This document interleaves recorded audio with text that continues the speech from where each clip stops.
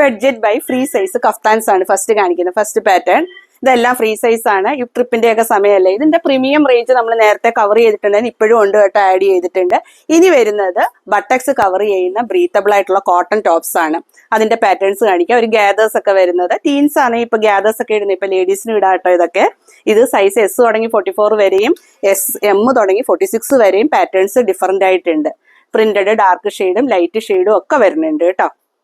ഇനി നെക്സ്റ്റ് വരുന്നത് പ്ലെയിനില് എംബ്രോയിഡറിയും പാച്ചും ഒക്കെ ആയിട്ട് വരുന്ന പാറ്റേൺസ് ആണ്. ഇതും കോട്ടൺ തന്നെയാണ്. ബ്രീത്തബിൾ ആയിട്ടുള്ള പാറ്റേൺസ് ആണ് വരുന്നത്. നെക്ക് പല ടൈപ്പ് ഡിഫറെന്റ് ആയിട്ടുള്ള നെക്സ് ഉണ്ട്. എംബ്രോയിഡറി ചെയ്തത് ഉണ്ട്.